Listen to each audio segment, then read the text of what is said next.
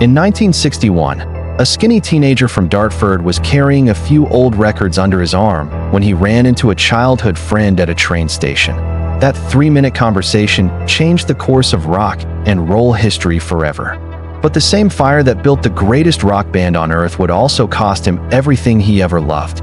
Today we are breaking down the full story: the hunger, the glory, the heartbreak, and the moment the world stopped recognizing the man who once owned it. If you want more stories like this, hit that subscribe button right now because we drop new ones every single week. Michael Philip Jagger was born on July 26, 1943 in Dartford, Kent, England. His father was a physical education teacher and his mother was a hairdresser. From the outside, it looked like a perfectly ordinary household. But inside, something was burning that no ordinary upbringing could contain. From the time he was a small child, Mick was different. He moved differently. He talked differently. He had a restless energy that nobody around him could quite explain or quite ignore. He grew up listening to American rhythm and blues music at a time when that sound was nearly impossible to find in England. Artists like Muddy Waters, Little Walter, and Chuck Berry were not household names in 1950s Britain. But somehow young Mick found their records, and those records found something deep inside him that nothing else ever had. Music was not a hobby for Mick Jagger. It was the only language that made complete sense to him. Then came that morning at Dartford railway station in 1961. Mick was on his way to the London School of Economics where he was studying on a grant. Standing on that platform was Keith Richards, a boy he had known years earlier in primary school. Keith was carrying a stack of rhythm and blues records under his arm, the same records Mick had been obsessing over in private.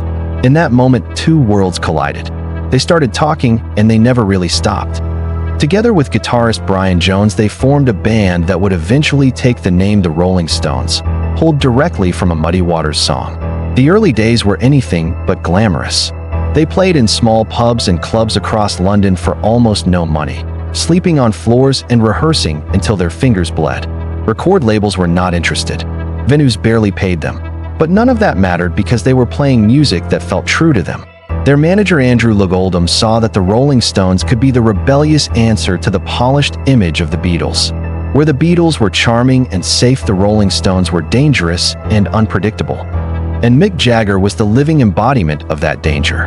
His lips, his swagger, his voice, his absolute refusal to stand still on stage. Everything about him was magnetic in a way that could not be manufactured. It was simply who he was.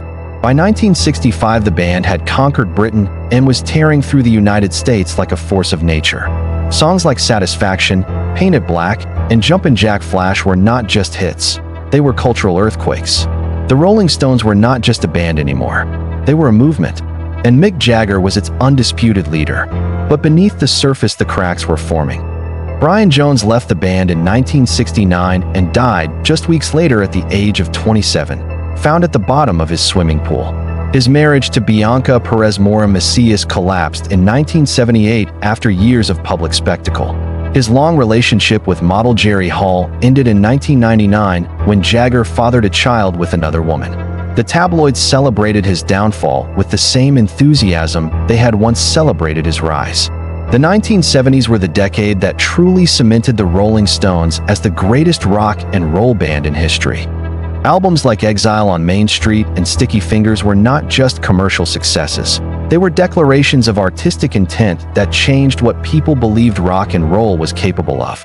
Mick Jagger was at the absolute center of all of it, writing lyrics, shaping the band's image, pushing the performances further and further beyond what any of them had imagined possible. He was also becoming something that fame does to certain people, increasingly distant from the ordinary world that had made him who he was. The money was now extraordinary. The access was unlimited.